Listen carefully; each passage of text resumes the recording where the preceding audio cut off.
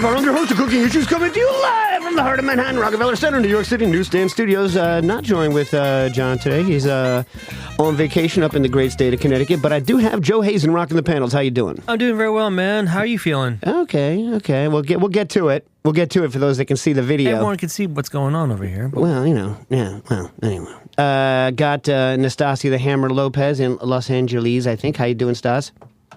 Good. Yeah? You're going to love this, Stas, when we get to it. And Jackie Molecules.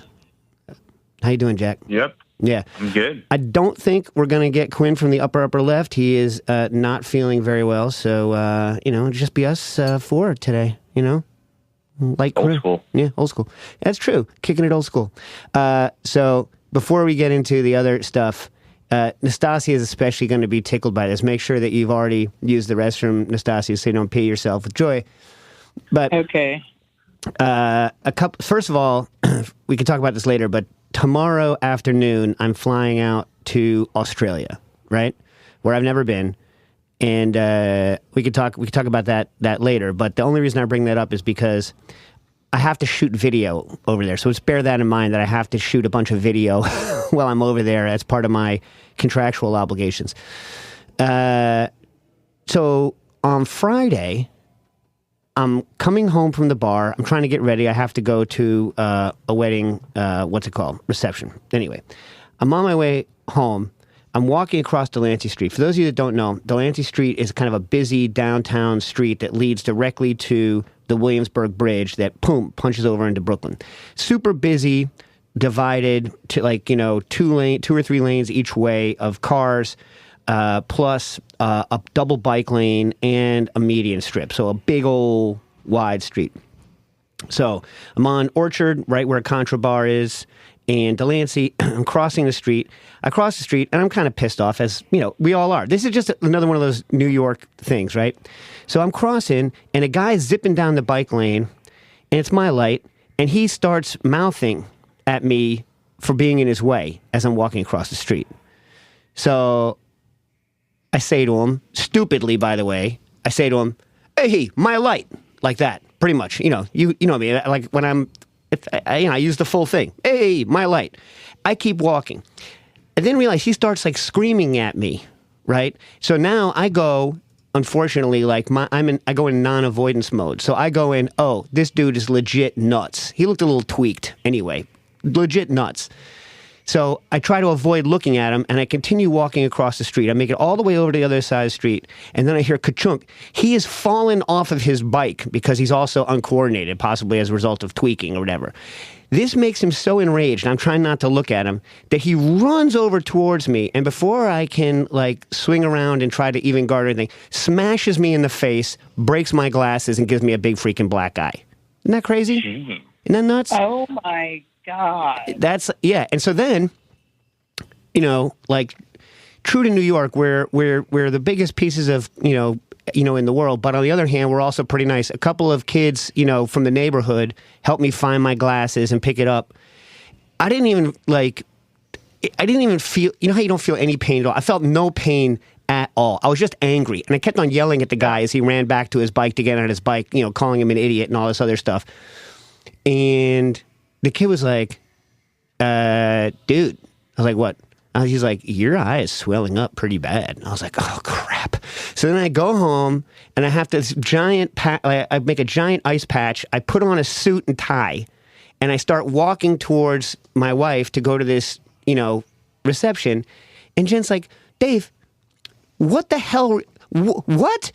How could you think that you're going to go to reception with a giant eye patch and a big shiner?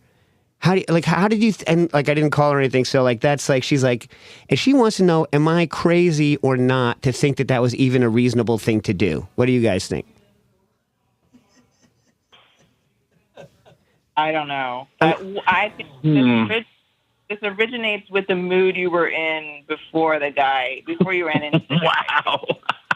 What do you mean? I was in a get it done mode, right? So Nastasia knows me. I was in a. Yeah. I'm very, very short on time. I'm gonna get this done. I'm gonna meet Jen when I said I'm gonna meet Jen to go to this dang reception. You know me, right? That's the mode I was in. Yeah. I was in like, no one smashing me in the face, breaking my glasses, or like, making my eye puff up like a softball. None of that is getting in the way of me doing what I said I was going to do, right? You know me.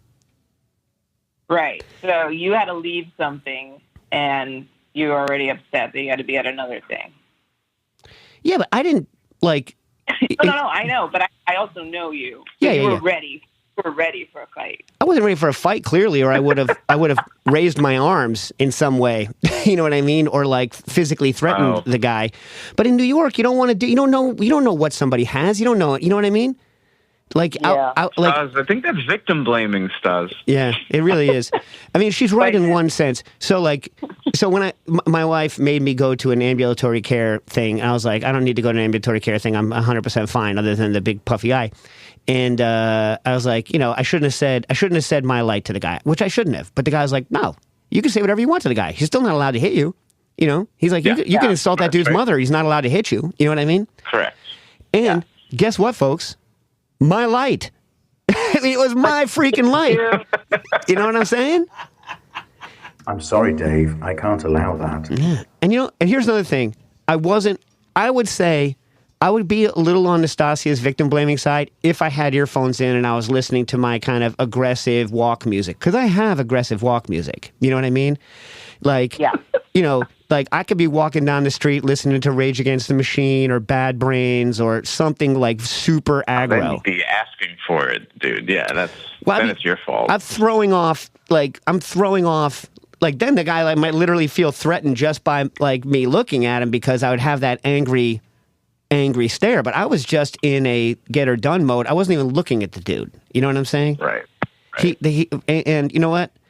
I was walking away from his ground. I know we're not a stand your ground state, but, he couldn't even stand his ground. He fell off his bike like a turd. You know what I mean? So I think that's what it was. I think he was embarrassed and tweaked that he fell off of his bike, and it just made his crazy self even worse. Oh, rush hour. Did I mention rush hour?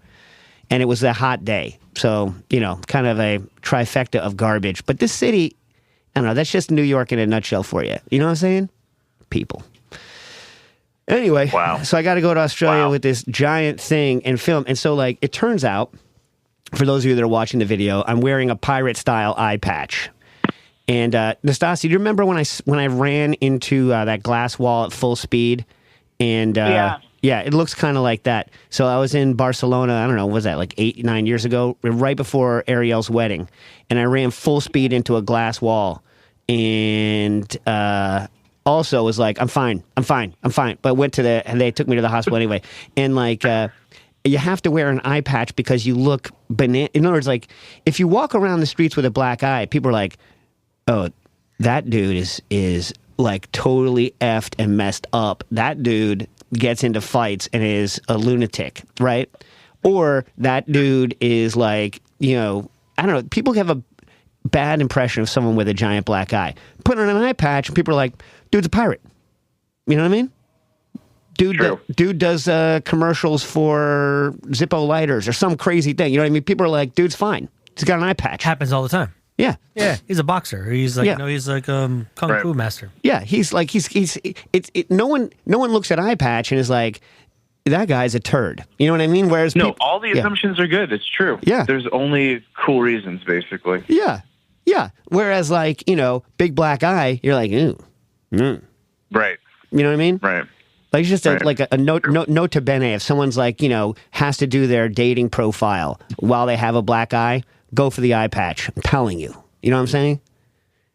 I think men, women, everybody, whatever you are, eye patch is the way to go over a big old shiner, I think. You know what I mean? Was it Nadine from Twin Peaks? That's a good one. Yeah, yeah. I don't remember the original. You know what? I need to rewatch that. Should I watch that on my 24 hours of travel tomorrow? Actually, yeah. Twin Peaks rules. Yeah. Wait, was Nadine one with the log lady? No. She was the one that she ended up thinking. Well, I'm not gonna. Okay. Some people haven't seen the show. Yeah. She's great. So anyway. some good news about Australia, and Nastasia will, whatever. But for those who know me personally, I've said this for decades. Nastasia, you going to say the one thing that I always treasured about the idea of Australia? Do you remember? God, You don't like the accent. Well, no one does. I don't. They don't I like. don't They don't like know. our accent though, so it's fine. It's fair. I can't think of the food or the. You don't care about the coral reef. I don't know. I forget. Hey, I'm not going to go to the coral reef, but I don't want it to die, Nastasia. It's an unfair. I'm not going to that part. I'm going to Sydney. Kangaroo hide whips. Kangaroo hide is like the perfect hide for a bull whip or a cow whip. And Australia makes the best in the world. So I have a guy literally right now hand making me, for not that much money, hand making me a kangaroo hide whip, and it's being shipped to my hotel as we speak. As we speak. Like cat of nine tails whip? No. Okay. Not like a BDSM thing, like a literal, just like a whip. You know what I mean? Like whoosh, whoosh. You know what I mean? You're not supposed to hit somebody with it. Well, it's like the. Anyway, did you know that the Austrians are like the whip capital of the world? That checks out. Like but that's in more of a hanky panky sort of a way, right? I mean, come on. They're like, the Germano-Austrians are also like, the people who have the toilets with the presentation poo, where the toilets are super flat so that you can see every poo. You know what I mean? It's like they got some weird stuff going on. Like when the doors close over there, you gotta, you know what I mean? It's like, anyway. No, this is just good old fashioned, go outside, crack a whip, Anyway. So I'm excited for that. I lost my whip. I was just looking for my whip sound effects, but I don't have it anymore. No? No. We talked about whips before. Well, I mean, because it's, whips are awesome. Whips are one of those, like guns, although I don't own any guns, but just because New York City, come on. And, but it's one of those action at a distance things. Like you do something here and something happens over there. You know what I mean? Like that's what's so cool about a whip. It's like, 8 feet away, whoosh, you know what I mean? And like you can like cut a playing card in half or like, cut the top off of a dandelion or whatever you want to do. Hey, by the way, did I already ask this? Did all of you guys growing up do the dandelion head popping thing? The what? Really? You didn't do this? So I don't know. okay, so you've all picked up the dandelion after it's turned to a puff and blown on it, right? yeah. Okay, so we're good there. So earlier in the season when there's still dandelions, what we used to do when we were kids, and then we would do it for all the younger kids, is you pick one up, you put the flower, so you make like a little U shape with your pointer finger, and then you put the flower right in that U shape, and you put your thumbnail right underneath the head of the flower, like you were flicking it like something, and you go, "Mama had a baby and its head popped off," boop, and then you like flick the top of the dandelion, and see how far you can flick it. Kids love it. So we used to do it. We would always do it with the younger kids, and then like we'd pass it down from generation to generation. But you guys didn't do that growing up? No, I've never done that.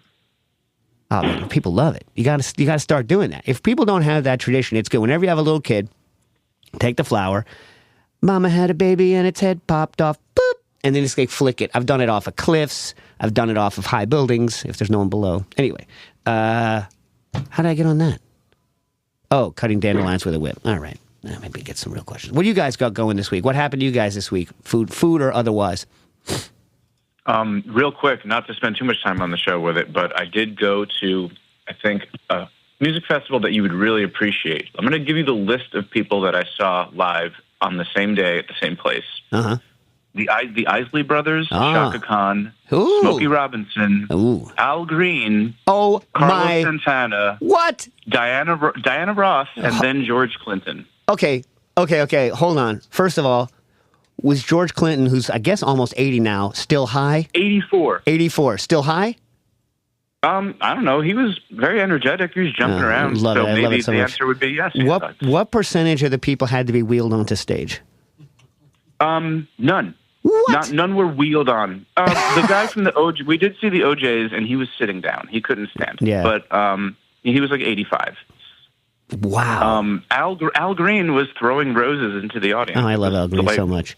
Al Green, it's really terribly mastered. I hope they remastered it. But the Bell album from Al Green, like right after he had that horrible incident with his girlfriend, came out with one of his early religious albums. It's so sick. Did he play like all the stuff you know, plus like some of that stuff that people don't know as well, or no? Yes. Yeah, he did like an Amazing Grace kind of cover thing, and then a few sort of churchy songs, and then all the hits. How's it? I mean, everyone had like a 20-minute set. So 20 minutes is not enough for Al Green. You know what I mean? Maybe he played a little longer, actually. But get this, the Isley Brothers, Ron Isley is also like 83. He comes out to the band playing the theme from The Godfather with a video of him stepping out of a Rolls Royce. And then he just walks on stage with a cane. It was, yeah. Yeah. Oh, God. You know who used pretty crazy all these people are still alive, to be honest. Yeah. Al Green. Man. These tower his pipes. Good. Surprisingly so. Yeah? Yeah. He can still do all that stuff? Oh, my God. Yeah. I wish I'd seen that. Wait, who else was? Oh, how was Santana? Could he still play? He can't. He was sitting down, but he can still shred. Yeah. Yeah. Does he have like 3 long hairs now, or what does he look like? He's wearing a beanie. He looked pretty good. Yeah. Everyone looked pretty good. I mean, these people have money, so. Oh yeah. Yeah. You know what the best anti-aging cream on earth is? Money. Yeah. You know what I mean? That's what Cyndi Lauper said. Yeah. Money changes everything. You know, she's correct. Yeah. That's amazing. Was there any good food at the festival? No, it was a disaster and the worst run event I've ever been to in my entire life. Wow. But other than that, it was great. So, like, tell me the disaster, in that you couldn't get food, or that the food was just, like, terrible? It's one of these, like, things that's, like, in a big parking lot by SoFi Stadium. And it's a sweltering hot day. It's oversold. People are...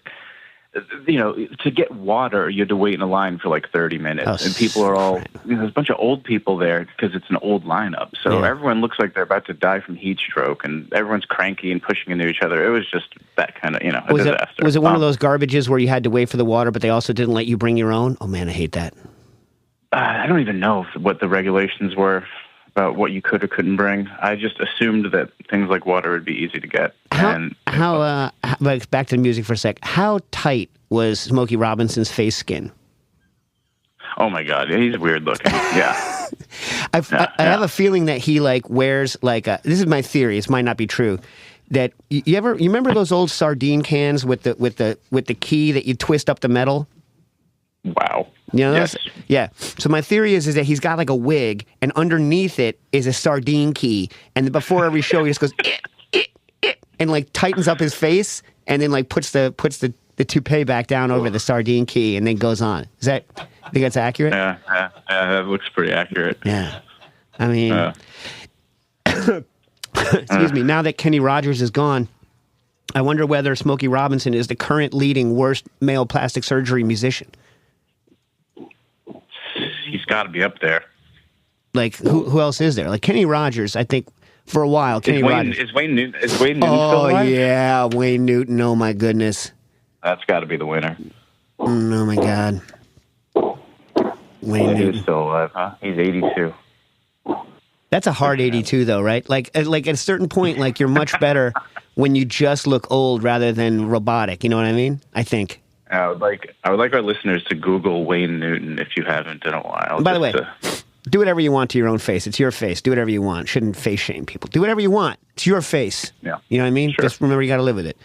All right. So since we don't have John and we don't have Quinn, maybe Nastasia should promote the Patreon membership. Nastasia, what is a good reason for someone to join our Patreon?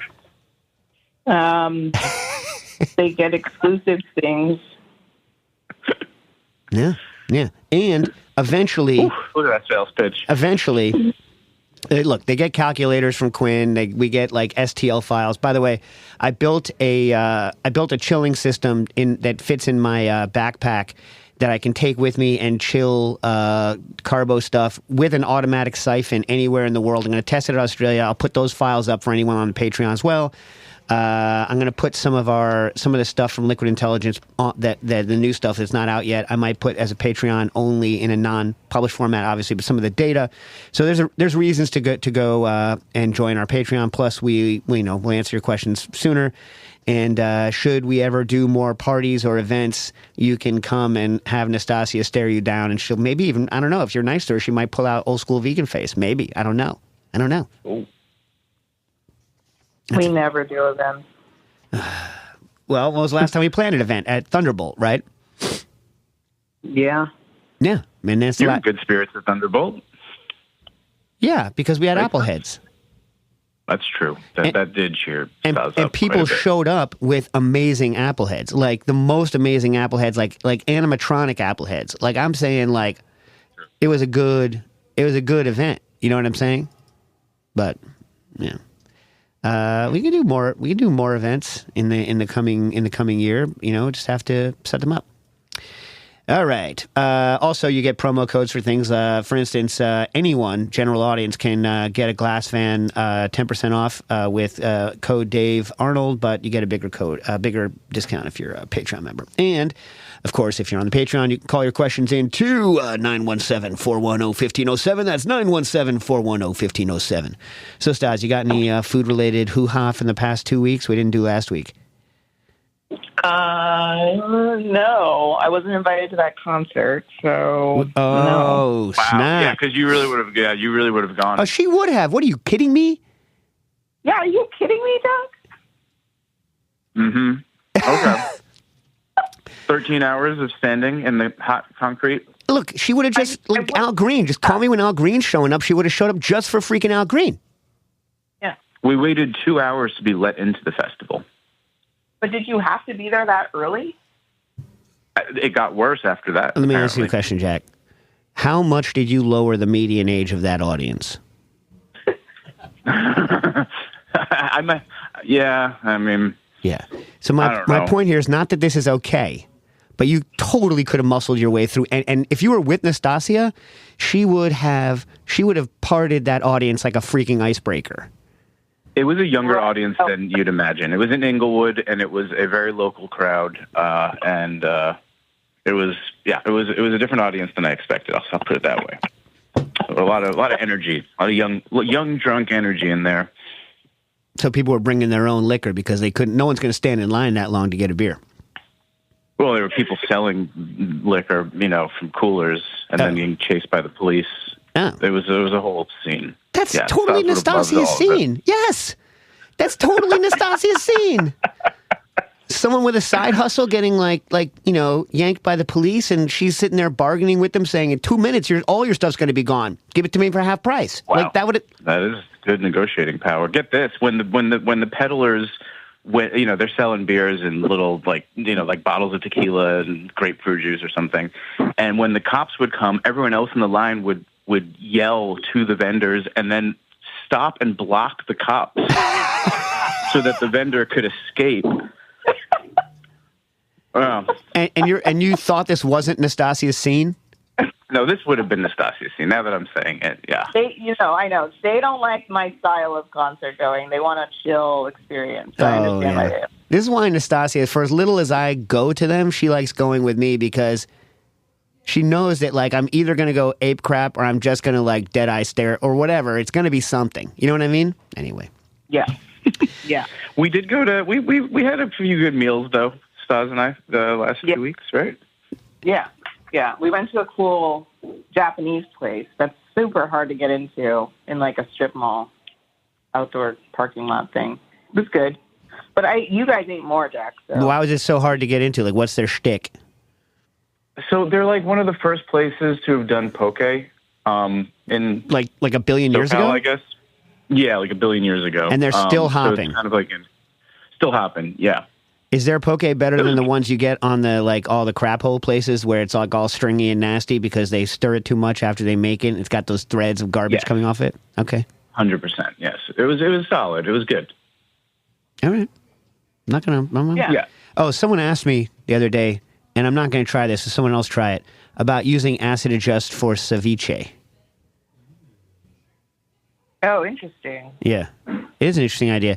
And they specifically, here's a weird part. They wanted to do, and this part I don't know whether it's going to taste good. They wanted to know whether it would affect the flavor. I said yes. They wanted to do, instead of acid adjusting on a fruit juice, they wanted to acid adjust beer to do a beer vice. I was like, I don't see why it wouldn't work. It's just, it's going to taste like beer, but I don't see why it wouldn't work. I don't know if that'd be good. I can't imagine it being good, though. Maybe. I mean, probably the less flavor the beer had, the better it would be, like Corona style. You know what I mean? Or like a sour beer, maybe. Yeah, but you're going to acid adjust that sucker anyway. But like, I think that Right, sure. like the automatic would be a good idea is acid adjusting a different juice and doing ceviche, right? That would be good. I think. Yeah. Wait, and Jack and I found the best bar in L.A. Okay, define best. Jack, you define it. You said it really well while we were there. Vibes only. I don't know. Like, this is not like the best bar to get a cocktail at. No. Nastasia doesn't like cocktail bars anyway, though. Yeah. The kind of place on the strip that like maybe D-list celebrities will be at, and like not really many tourists, and then weird, pirates with eye patches maybe. Even. Yeah. Wait, if you say D-list celebrity, I'm sniffing. I smell Pauly Shore. Was Pauly Shore there? But very well could have been. I don't know. Yeah. That's a really good dude. Yeah. So if Nastasia liked it, they must have had some sort of sparkling garbage by the glass. Is that true? No, I couldn't drink. I had my wisdom teeth out, so I couldn't drink. Oh, yeah. God, I hate wisdom teeth. Did you already get 2 out before and you got 2 out this time? Yeah, exactly. Oh, Jesus. Did they give you, did you get the good anesthesia? Yeah, in my arm, yeah. Yeah, you were out, right? Yeah. Thank God. Hey, listen, anyone that can hear my voice, get the good anesthesia when you're getting your wisdom teeth taken out. I don't care if it's a little extra money. Getting your wisdom teeth ripped out, maybe for some people it's easy, super duper unpleasant. Both times I didn't have the money to pay for the, when I got mine, didn't have the money to pay for the real anesthesia, and I was awake and horrified. The oral surgeon the second time around had to put something over my eyes because my eyes were freaking her out so much. Like that look of, you ever seen like a rabbit right before it's about to get killed? Like that, like super wide-eyed terror look. You know what I mean? She's like, I can't. She's like, I can't.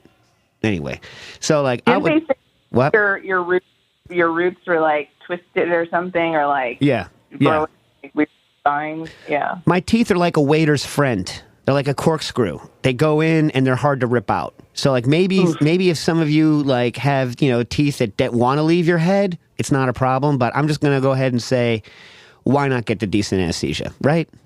That's all I'm saying. Yeah. So like, was the recovery bad or was it okay? It was fine. It was really fine. That shows how like they wanted to come out. There's no stitches. It was fine. Really, that's good. When I was a kid, you know what everyone was afraid of? I don't even know whether people get it anymore. Do they talk about dry socket? No, they didn't. I hate that word socket. Yeah. Yeah.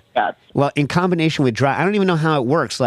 But that's what they warn you about. They're like, well, the real problem is that if you don't treat it right, you could get dry socket, and then it's like the most pain that your mouth is ever going to be in. You're like, what the hell is dry socket? Like, what is it? Like, I don't even think it happens anymore. Like, I think that's just like, like the boogeyman, something that's used to scare kids nowadays, but I don't know. Yeah. I didn't get my wisdom teeth taken out till late because here's what happened. Like, when I was a lot younger, someone said to me, the dentist was like, you should get your wisdom teeth taken out. And I said, yeah? Why?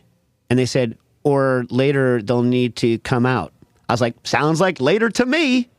You know what I mean? Like, what the hell? You know what I mean? Yeah. Anyway. Yeah. Yeah, take them out once they're a problem, right? Anyway. Right. No Tangent Tuesdays on cooking issues. Hey, this is all about eating, my friend. This is not a tangent. Like, Nastasia was not able to have a glass of sparkling wine at this bar because of this, and that is a true tragedy. And I couldn't have any of the Japanese stuff. I had soup. Soup? Yeah. You want soup? I know. Was there miso soup worth, like, waiting in line for, or what? It was fine. It wasn't fine.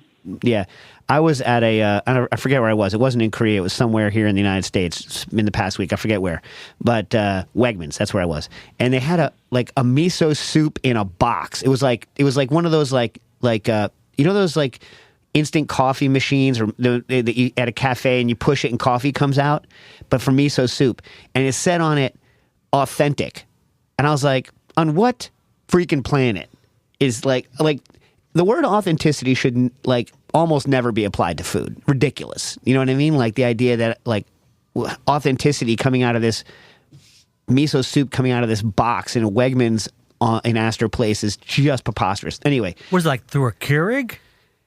I mean, it might as well be. I think it was just like a bucket in back with a pump, and you just go, and it goes, or maybe it's like putting I had a really decent, on Asiana Airlines, actually, for a powdered miso soup, pretty good powdered miso soup, where the lady was like, bop, throws the brick into my cup, goes, pours the hot water on it. I was like, this is going to be, it's pretty good. You know what I mean? So it can be done, but it's not, not the same. I'm sure, like with Nastasia's place that she went, they were like measuring exactly how much katsuobushi they put in and waiting for it to drop to the exact level in the pot so it wouldn't get bitter, and then straining it out and then making a Niban dashi. All the garbage, all the stuff. You know what I'm saying? Was it under-seasoned, Stas, or not? No, it wasn't fancy, Dave. It was kind of trashy, the place. So that's better. I actually prefer dashi when it's trashy or a little more, got a little more, you know what I mean? A little more zhuzh to it than the hyper fancy. What's trashy? What's the bottom of acceptable dashi? Well, in other words, I'm saying in the higher end restaurants, the kind of more subtle it is, and as an idiot American, I prefer a less subtle dashi with more katsuobushi, a longer steep time, just kind of more powerful all around flavors. Right. You know what I'm saying? Okay. So that makes me an uncultured Philistine idiot, but that's just still who I am. You know what I mean? No, that still sounds like legit dashi, though. I mean, it's not like the just like Handashi packet or whatever. Yeah. Right? Although you know what? No shame. Handashi in your house is a good thing to have in your house. You know what I'm saying? Yeah. It's a very good, the box of it so that you can just sprinkle a little bit in, instead of salt, it's like salt plus MSG and a little bit of that fish taste. I mean, it's not a bad product to have in your house. You know what I'm saying? No, I have so much. I always bring dashi back when I've only been to Japan twice, but when I've gone, I've brought a ton of dashi packets back. Yeah. Stas doesn't usually was it overly kombu'd? Because I know you don't like too much of the kombu, or you don't like kombu on its own, but you like it in dashi fine, right? Yeah, I think because we did all those tests at the FCI. Remember, we ran so many tests. Oh my God, so many tests. Just kombu, just kombu. It's a lot. Yeah.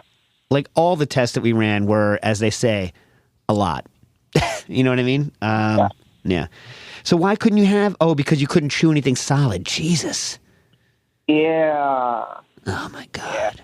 What if instead you had done this? I'm not saying this is a good idea. And you can't use it. My memory is you can't use a straw either because dry socket, right? You can't suck on anything too hard. Yeah. Yeah. What if you had bought a battery powered NutriBullet blender and showed up and gotten the full Megillah and then just God, bring me a picture of the soup, and then whatever they handed you, you blend into a smoothie with the blender, and then sat there drinking it while they were serving it to you. What would have happened? Oh, I mean, it would have tasted bad, but gross. What would have happened though? I think they would have laughed. Right, Jeff? I don't know. So it's not like the lady in Korea that almost cut my head off because somebody handed me peppers and she didn't want me to eat them in her fried chicken place. No. Yeah. Yeah. I think they were all drunk because we were the last. Oh God. That's probably true. Yeah. I haven't been to a restaurant.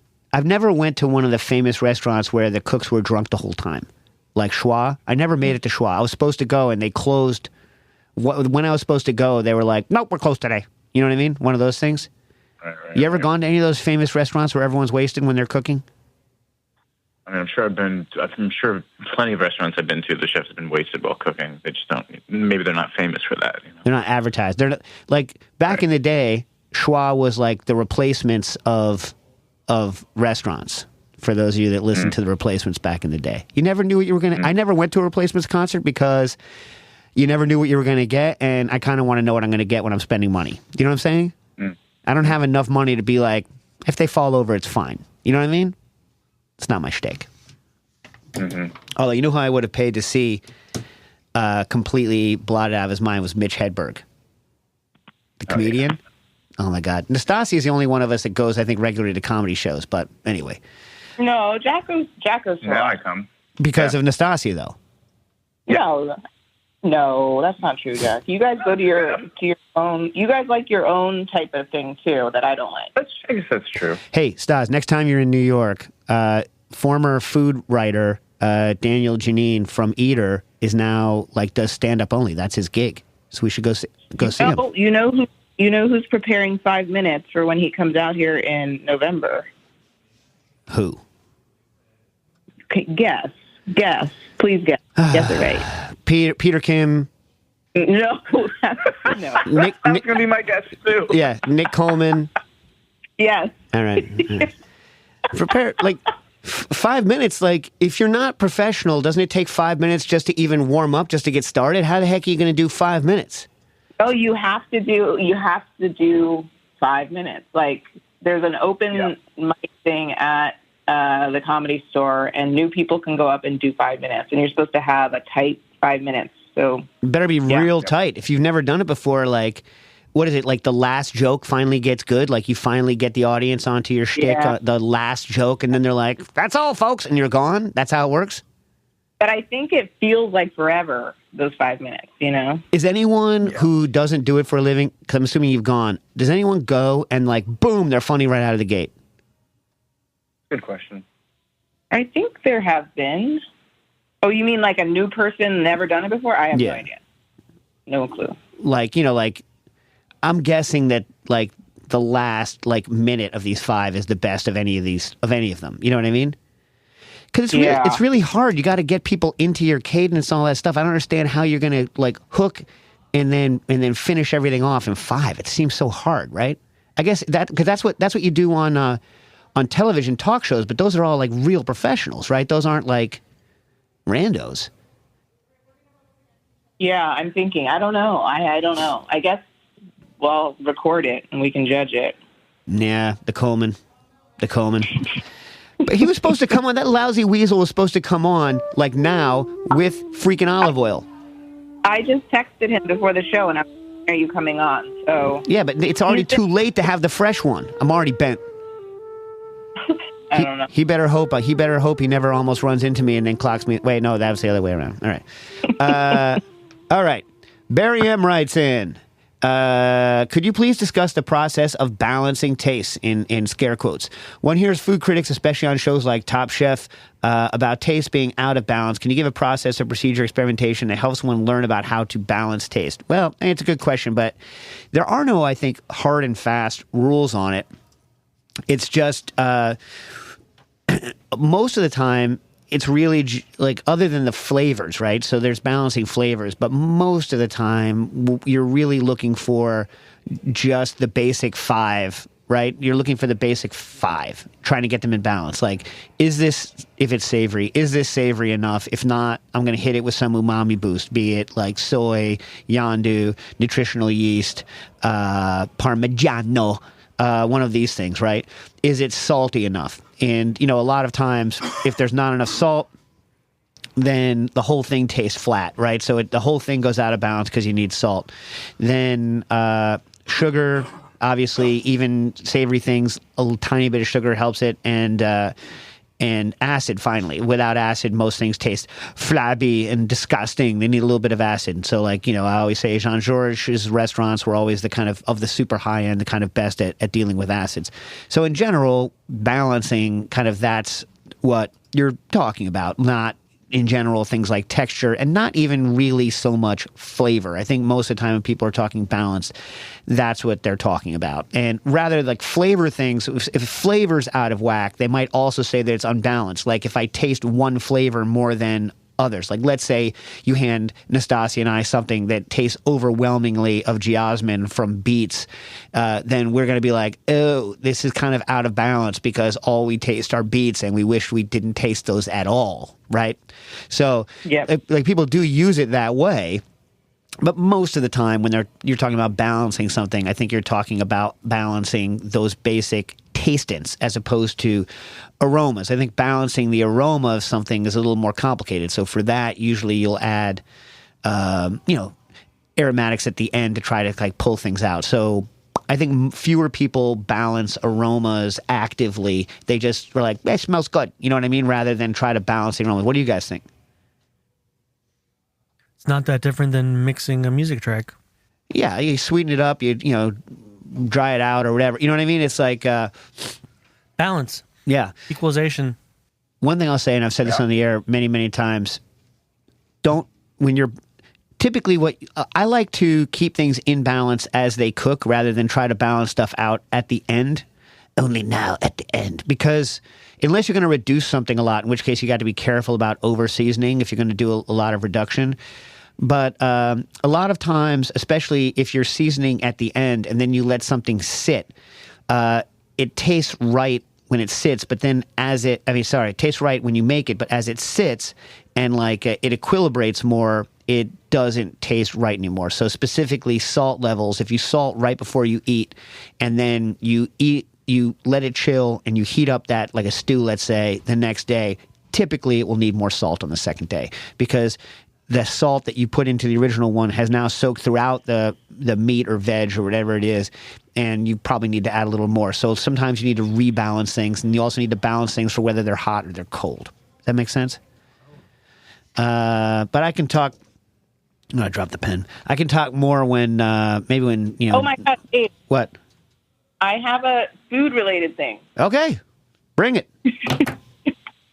I completed my private airline stewardess training. Oh my God. Oh my God. Yeah. So are you like peanuts or pretzels? I don't really care. Is that what you like? How? No, what do you do? Private. Well, what do you give out on a private jet? You have to cook. What? Yes. Do you remember when we were doing the sous vide classes and we had a private jet cook and we were like we were talking to him about like what he could do on the private jet? No. Yeah. I mean, aside from obviously like, the Buttons who ran, Katie and her mom and Ashley who, ran a private jet company. But yeah, we had a private jet cook in one of our sous vide classes. So what are you cooking? What are you cooking on the airplane? Oh no, I'm not doing it now. I just got it done last week. Yeah. But you are able to cook. You are supposed to cook. A lot of these people do not cook. They put their eggs in the microwave, so that's how they scramble them. Well, because there's no smoke. Right. I mean, Yeah. everything has to be smokeless, right? No, you can have a burner. What? And yeah. So what type of jet were you training on? Some Gulfstream, blah, blah, blah. I don't know. Higher than weather, G5s are better? Like you were like doing the full 9? That's that's sick. I mean, yeah, that's cool. Yeah. Yeah. What do the outfits look like? Does everyone dress nackily? There is no outfit. What? You choose because you like do contract work. Like a rich person's like, I need someone for 2 days, and then you look professional, but there's no like set outfit if you're on somebody's private jet. So you could show up in a chicken outfit like on Stir Crazy. I mean, that would not be cool, but you don't think a chicken outfit is cool? Gene Wilder and Richard Pryor look freaking cool in those chicken outfits. Yeah. Yeah, no. Plus, you have to be ready to, like, I don't know. The class was not about hospitality because I have all of that, so I don't need that part. The class was about safety and putting out fires and being deprived of oxygen while you fly the plane. So did they put you in one of those low oxygen environments and wait for someone to pass out? Yeah. Awesome. I don't know whether they did with you, but the old thing that they used to do is one person would not have the mask on and everyone would look at the person without the mask to see what happens. Did they do that with you or no? They put the mask on you and slowly deprived you of oxygen as you were flying a simulating plane until you like almost passed out, and then they Sweet. bring you back. So how loopy did you get? Not too bad. Not too bad. Yeah. I just keep envisioning that scene in Total Recall where the eyeballs are popping out. Oh, yeah, that was the best on the with the like Kuato. That's a good movie, the original. Anyway, okay, I had a friend who was a flight attendant, right out of college, and she said that the other thing, and I'm just seeing whether this is still the case. So during training, they would pop the slide, and then they would go, go, go. And if you hesitate for even a microsecond jumping out of that door, you're washed out. Oh, wow. I mean, we had to go to a Marriott pool in I don't remember, Sherman Oaks or something, and jump into it and get in the rafts and all that stuff. Yeah. So when you take gigs on, you got to tell us what you cook. That's all that matters. It's really hard to get gigs. That's why I'm saying this on the show. It's really hard to get your first gig.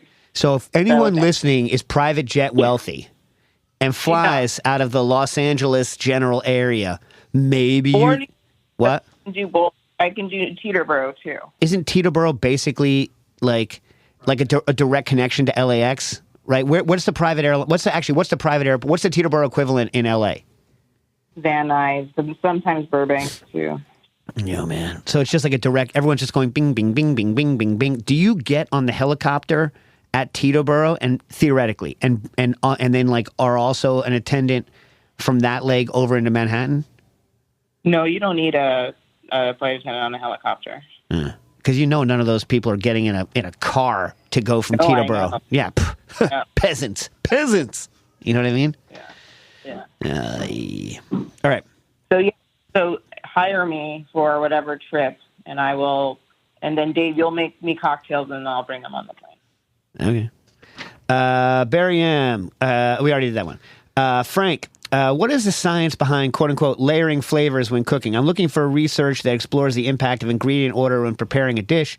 A stew or curry might be an example for the sake of discussion. Sounds like a McGee-type question, but I can't find any reference to him exploring this topic.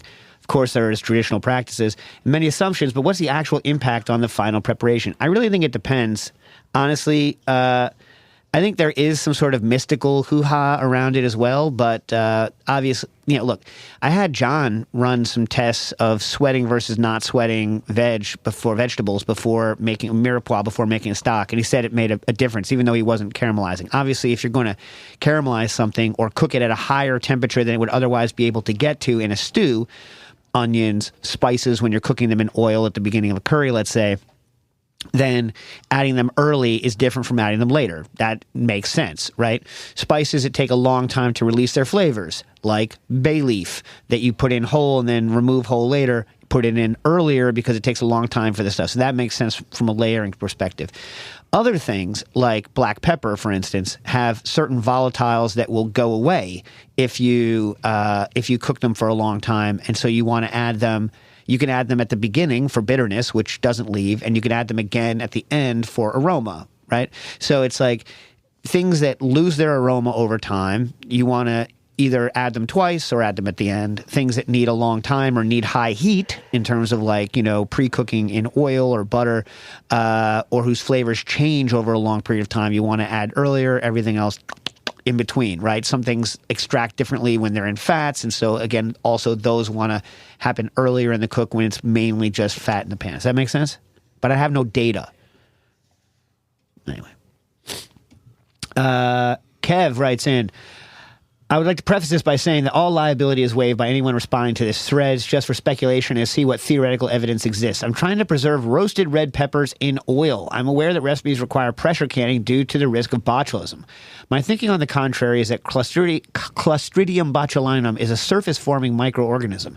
If I'm roasting peppers already, or more likely than not, flash frying them to remove the skins even easier, would that process not destroy the botulism? Short answer, no.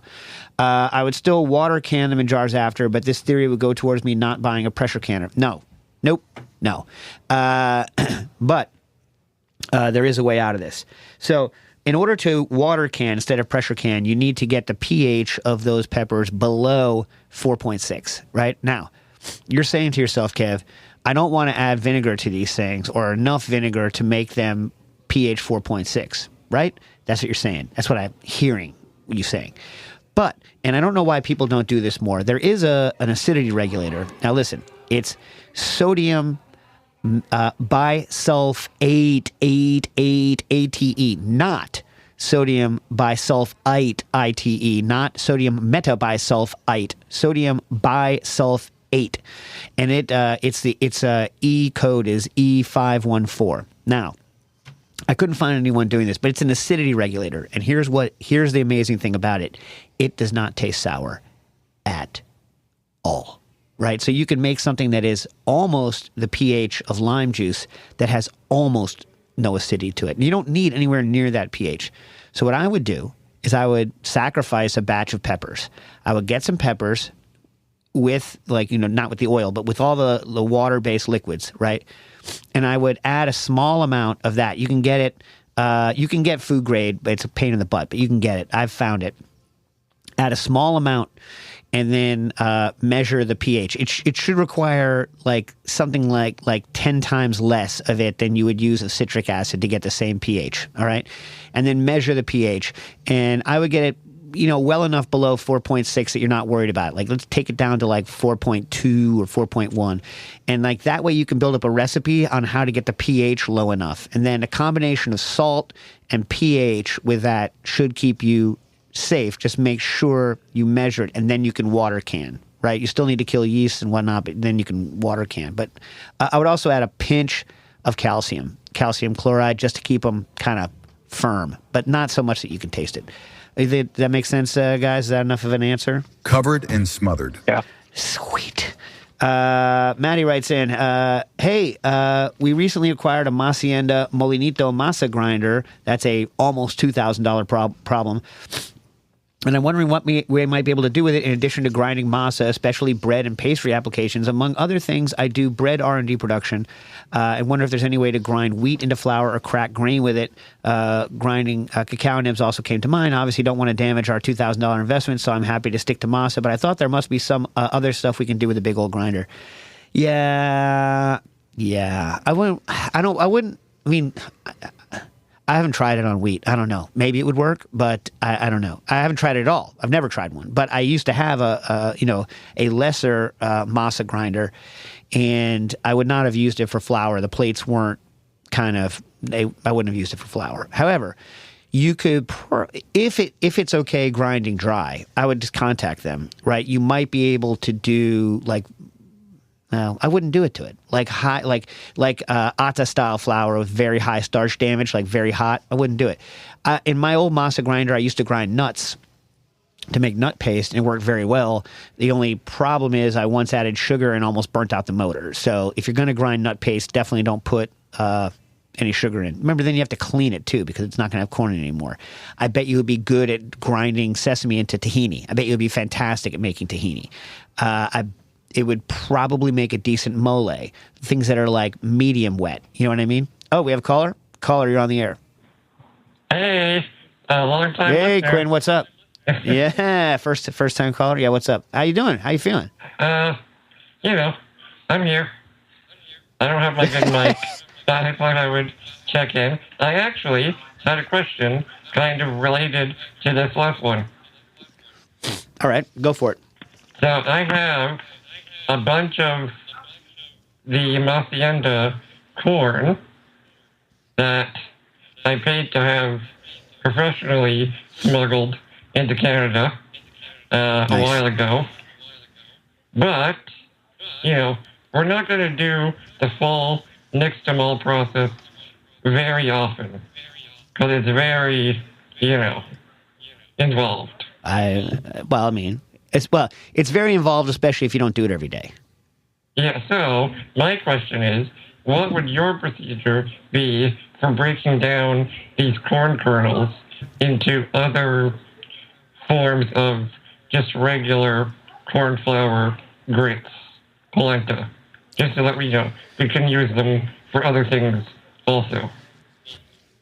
I mean, so I know that you have the mock mill that goes on the KitchenAid. So corn is much harder than wheat. Look, much harder than wheat, and wheat is, in turn much harder than oats. And the corn, especially some of the bigger varieties, they sound very not okay when you're grinding them. And so when I grind corn, what I typically do is I put it on an extremely coarse grind, and I crack them first. And then once you crack them, it depends on whether the corn is more flinty or more starchy, right? So if it's more real hard and flinty, then remember that the corn being difficult to grind was the reason that masa exists in the first place. They had to nixtamalization was invented as a way to make corn, better to grind and more useful for making tortillas, right? So, so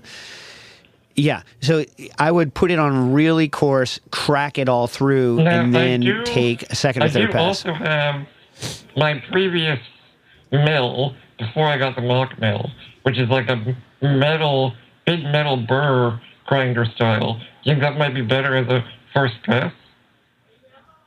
Maybe if you're worried about hurt. I don't think you're going to hurt your stones. It just sounds really, really, really bad. You know what I mean? Like it just sounds horrible. What level of coarseness should be my final target, you think? If I'm going to do, that depends on you.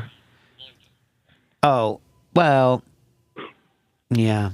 And if you're going to do polenta, then you should do it fairly coarse and then sift out the fines, because you don't want the fines, right? So for polenta, you want, you want to do, I would try to go for fairly coarse. I would grind it once to crack it, grind it again, and then sift out the fines. Use the fines as corn flour, and then use the rest as polenta. Because when I've done without sifting, like it can get kind of more gloppy maybe than you would want. You know what I mean? Like as opposed to just being like perfect polenta. You know what I'm saying? Mm-hmm.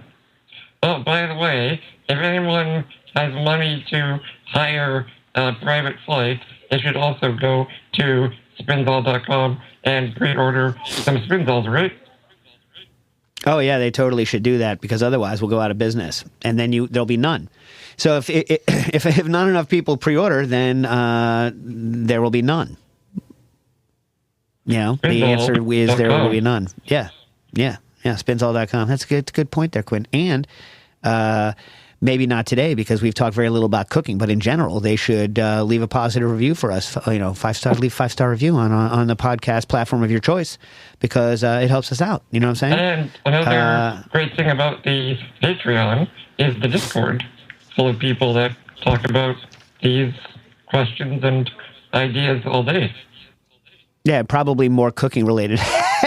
Anyway, okay, hold on, Louis. Let me get this cooking question out. Rock Baker writes in, is there anything I can do with the leftover liquid from my ferments? Some are tasty, but obviously very salty. Can they be desalinated? Rock, I would go the other way around. I would dehydrate them into salts. Right? Anyway, you with me? You guys agree or disagree? Agree. Yeah, all right. Okay, we got some non-alcoholic stuff. Alexander says, I have a problem came up while making a non-alcoholic pairing for new dessert. We wanted to use sesame milk. Now that's good, but has a short fridge life. The issue is that to work for the pairing, it also needs berries. And so when they put the berries in, it curdles, even though they use 210 and xanthan and all that. Here's the issue. You say you're not putting sugar into it. You need sugar to stop it from breaking, because you need to have it sterically inhibited from breaking, or when it does break, to break into microkernels. If you don't want it to be sweet, if you don't want to add sugar to it, may I suggest, and you tell me whether it works or not, try the same amount of polydextrose as you would use of sugar and see whether that stops it from breaking. Do like the orgeat recipe, add a little bit of extra xanthan, a little bit of extra Arabic, and a large amount of polydextrose to it, and see whether that stops it from splitting, because it might microcurdle the way that other things do, like milks, and allow you to have it be stable even with acid in it. So let me know whether that works for you, Alexander. I think it will. And we have 2 other non-alc questions. 2 people attending this event that I'm cooking. This is from Sherry. Don't drink. Would like to batch up a nice 0% for them. I can mix a batch about an hour before they arrive. Dinner is wood-fired pizza and an herby tomato salad. And Mathman says, hey, my wife and I are hosting a baby shower, and the mother-to-be loves making cocktails and misses them in pregnancy. I want to have 2 or 3 NAs to mix up for the event. Maybe ahead of time. Would love your advice. Don't have a Spinzall yet. Then buy one. All right. So we have a drink at the bar called Better Living that we also call it grapefruit and chemical. This isn't good for pre-batching, but you should make cream syrup is good for non-alcs or shaking because it's got a lot of texture, and that's just a 1-to-1 simple syrup with cream and sugar. Stir it. Use American-style cream at around 34% fat. Anything like British-style, too much fat will curdle. And then stir in, for every liter, stir in about a half of an ounce of 15% citric acid. That'll firm it up. And that is great. Shake that with a de-alcoholized wine. So I'll give you a ratio for that. You also need to make Glassed. Glassed is a mixture, and we've talked about it. It's also, Quinn has it on the Patreon. It's on my Instagram. Mixture of tartaric acid, lactic acid, and glycerin. That's good to have for non-alcs. The other thing that's good to have, I mentioned it before, polydextrose, which you can get on Amazon. A 50-50 syrup of polydextrose and water is very good for non-alcs because it allows you to add body without adding too much sugar. And lastly, to do good non-alcs, you're going to need a whole bunch of infusions. So I like to have things like calamus root infusions around, wormwood infusions, and I typically do 3 grams into 200 as a tea and just like cook them and let them sit. Those are good to have. All right, so let me give you some recipes that use some of the... Oh, the last thing, if you're going to do shaken drinks, non-alcoholic, you make something called Goop, and that's 2% Methocel F50, 1% gum arabic, and 0.2% xanthan. So here's one for a quick one. Dealcoholized wine, 2 ounces, cream syrup, 3/4 of an ounce, half an ounce of Glassed, and half an ounce of Goop. Shake that up. That's a very good non-alcoholic drink. Yeah.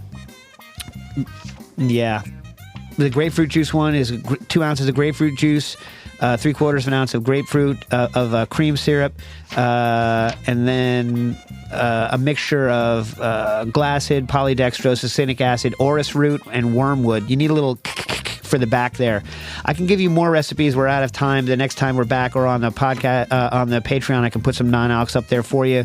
In general, lower the sugar, add polydextrose and or Glassed to get the body up, and then add a little bit of a bitter back end, be it something with tannins like rhubarb root or teas or things that are bitter like wormwood, to just add a little bit of in the back to make it taste like a cocktail. Let us know how it works. Cooking Issues.